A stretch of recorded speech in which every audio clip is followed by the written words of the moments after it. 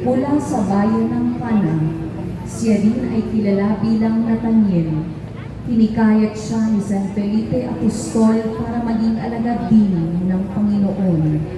Nang makita ng apostol si Jesus, ay agad niyang sinabi ang, "Ikaw ang anak ng Diyos, ang hari ng Israel." Nangaral pagkatapos ng Pentecostes at nakarating sa Armenia.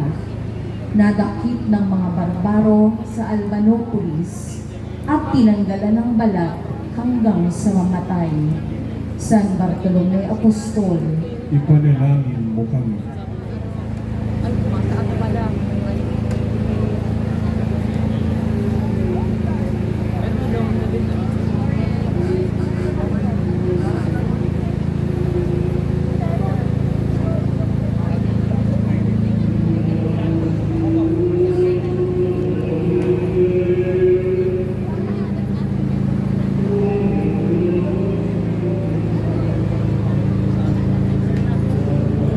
Santo Tomas Apostol, kilala rin bilang Didymos, na sa wikang Griego ay kambal.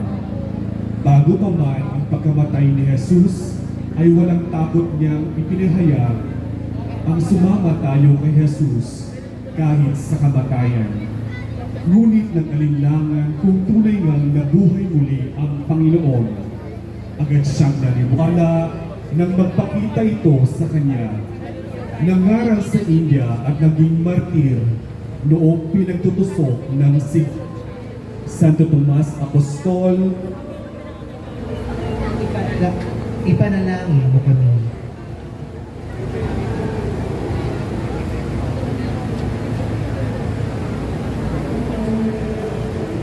Santiago Menor Apostol, anak ni Santa Maria Jacobe at kapatid ni San Juan Tadeo Apostol. Tinawag siyang Menor upang maibasa ng nakatatandang Santiago. Pinaniniwalaan na may akda ng isang epistol na nagbigay pansin sa kahalagahan ng mga mabuting gawa upang maging masikasig sa pananampalataya sa Diyos. Ang simbolo niya ay pamalong kahoy na ginamit sa kanya, kaya naging martir. Santiago Menor Apostol, Ipanalangin mo kami.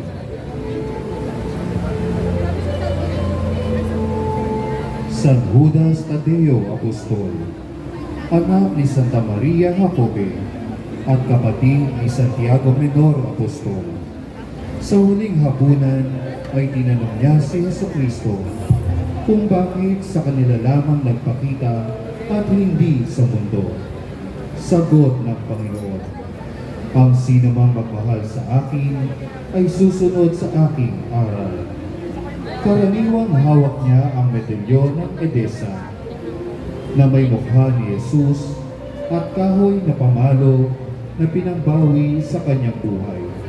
San Judas Tadeo Apostol, ipanalangin mo kami.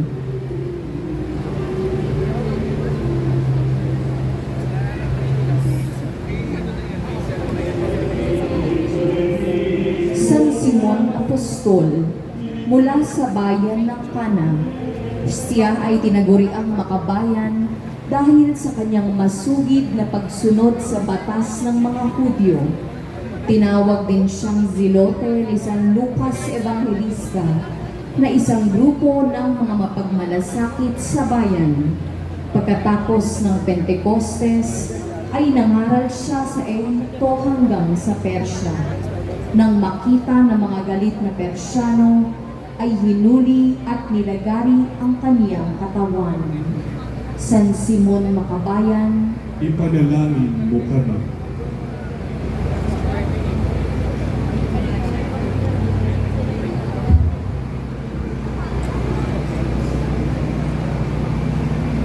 San Matias Apostol, isang masugid na tagasunod ng Panginoon.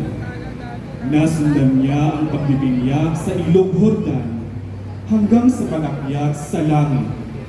Siya ay naging kahalili ni Apostol Judas Iscariote, ngunit palihim na pinadakip ng Sanhedrin. at pinato hanggang sa mamatay. Initak ang kanyang ulo para palabasin kalaban ni Cesar. San Matias Apostol, Ipanalangin mo kami.